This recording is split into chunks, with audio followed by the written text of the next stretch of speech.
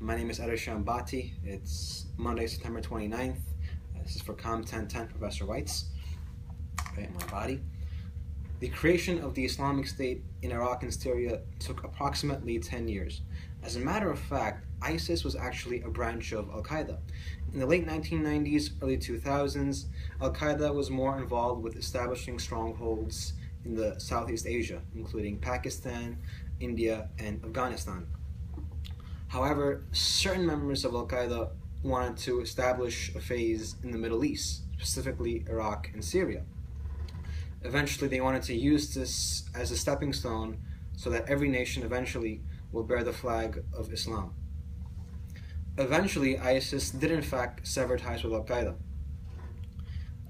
As Al-Qaeda continued to carry out their operations within Afghanistan and Pakistan, ISIS would recruit members known as the Mujahideen, which is an Arabic term for freedom fighters.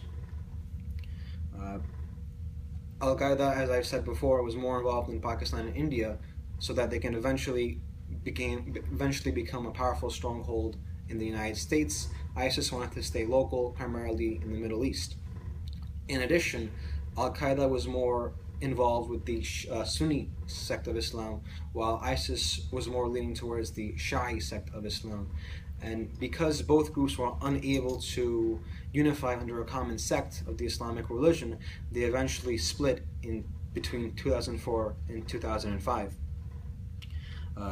Today, ISIS is led by 2 deputy leaders, 12 local governors who control politics in Iraq and Syria, but most importantly, an army of about 100,000 troops from all over the world.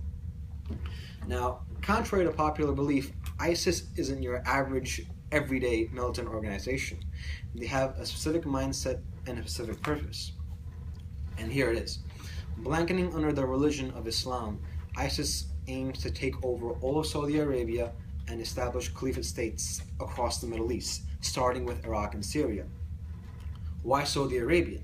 Believe it or not, Saudi Arabia is the most important country, the most important place in the entire Islamic faith. It holds significant religious value because every prophet, every messenger, and every caliph, which is an Arabic term for religious leader in Islam, originated from Saudi Arabia. ISIS believes that if they can control Saudi Arabia and show God that they have submitted to His will and to His wisdom, God will send down another caliph, and ISIS will use that caliph's knowledge and that caliph's power to establish a caliphate state in his name for the sake of God, for the sake of Islam.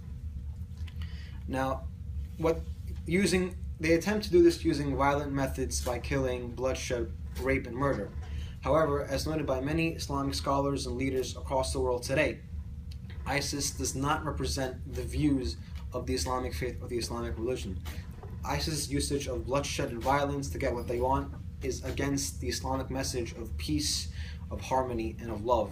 And therefore, as noted by the Islamic scholars, they ask the world not to reflect Islam based on the current actions of ISIS. Now, it seems obvious that an organization as violent, as threatening as ISIS has to come to a stop. They must be terminated, they must be stopped, and they must be brought to justice. But on the flip side, no international effort, no domestic or no international effort has been made to even deter ISIS efforts. For example, the United States is currently in a political deadlock between whether they should be involved with the Middle East or not. In a recent statement, President Barack Obama has stated that they will not get involved with ISIS, which he deems as the network of death. Rather, they want to stay politically neutral. However, the Senate Armed Forces Committee in the House of Representatives here in the United States wants to send a military deployment into the Middle East to try to control the affairs. Internationally, no nation has stood out in fighting ISIS. Although many European and Asian countries have pledged their alliance against ISIS and will work to stop their mission, no usage of ground troops, no air assaults have been made. However, Britain, the United Kingdom, has contemplated on sending air drones. However, that is not official, that is not confirmed. Politically, no nation in the entire world has made any negotiations with ISIS. Even the United Nations, for example, they themselves are unaware as to what the political state in ISIS is, and therefore no nation, not even the United States, have made any successful effort into deterring the effects of ISIS.